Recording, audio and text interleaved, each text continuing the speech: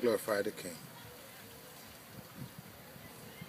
Father Yahweh, in the spirit of your Son, the Yeshua, I speak on this holiday.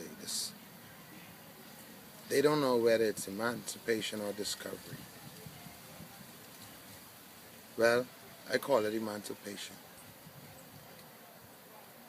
And so I emancipate myself as I bring a nation spirit back to our fundamental rights and freedoms as individuals.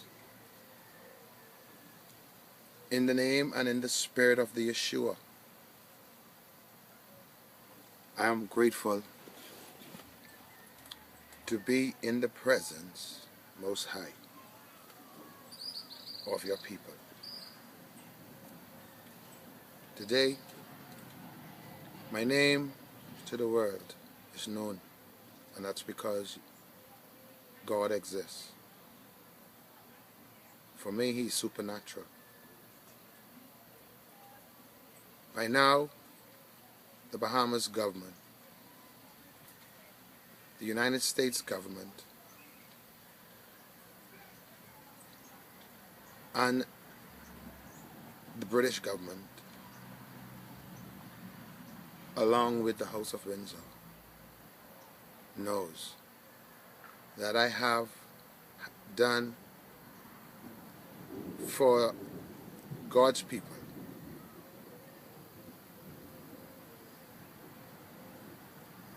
what some of us desire to do but cannot do for ourselves.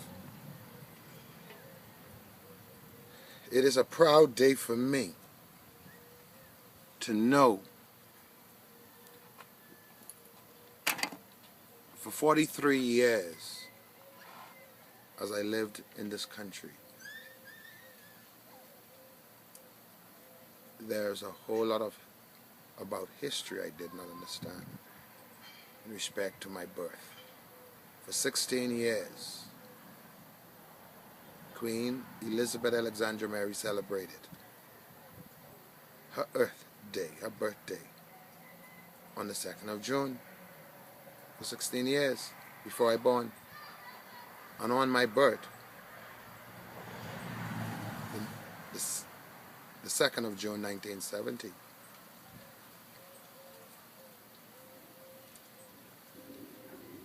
the world would have gotten to know Amos and introduce about Amos. From Amos, I am a Bahamian, true blood, true breed. It offends our politicians today. They are the ages of my mother and father who's alive today to verify these facts. Because of the richness of my history, men in my country and their wives, most of which were made lawyers, eventually justices, some of them. It is an oligarchy system. Yet the Robert's rule of law is what we are governed by under the British system. I respect and I show and I pay respects to the leaders of the world for what they supposed to represent, which is their citizens, their constituents. Okay? In the Bahamas, because of the natural resources and the enormous value of it, powerful men and women in the Bahamas have kept the sovereign wealth away from their people. For 47 years, black men and women govern our country. Alfred Virginius Cornelius Gray, his father was my grandfather that I never knew. Now, that's on my mother's side, the woman's side, the egg, the creation, the mother of creation, the mother of life as relates to this young man. My mother's not a perfect woman. She was never a perfect woman. I don't know if there's a black person on this planet who came up under the British type rule of system, who would, can say all their life they lived an honest life. Men created laws to make it hard for every generation that ever lived. Every government from the dawn of time did that to distort history. And in distorting history, you distort my birth. Now, I'm here to say to the world, 2 prime ministers in the Bahamas in the last 23 years have caused our country great stress, unnecessary stress as relates to their desires as sovereigns of their country, including myself.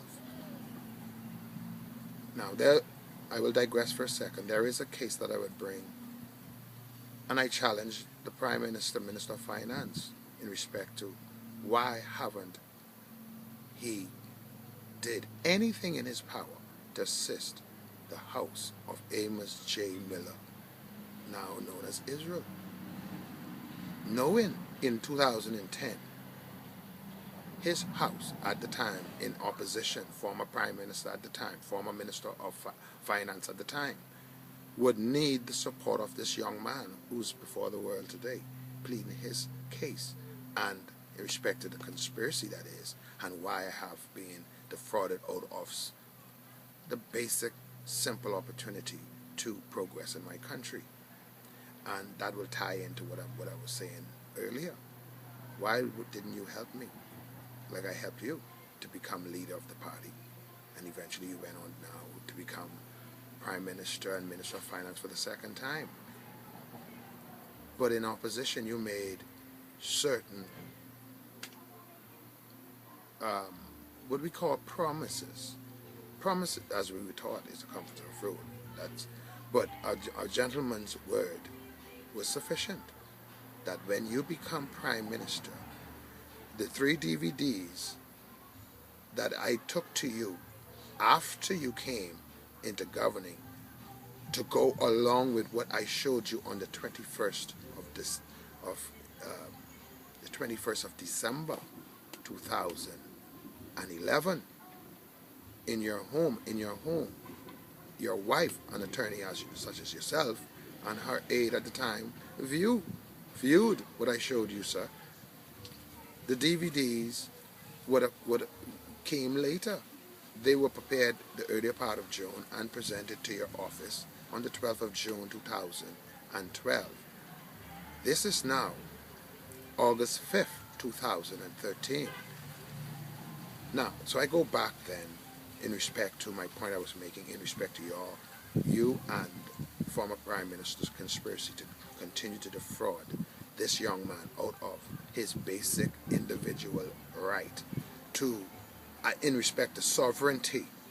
You see, I born into Bahamian history. I born into the history by way of my grandfather, Willis Miller, who senior you, former Prime Minister, with the greatest respect, Hubert Alexander Ingram, and with the greatest respect, you too, Prime Minister Christie, Perry Glaston Christie, Prime Minister and Minister of Finance for the second time.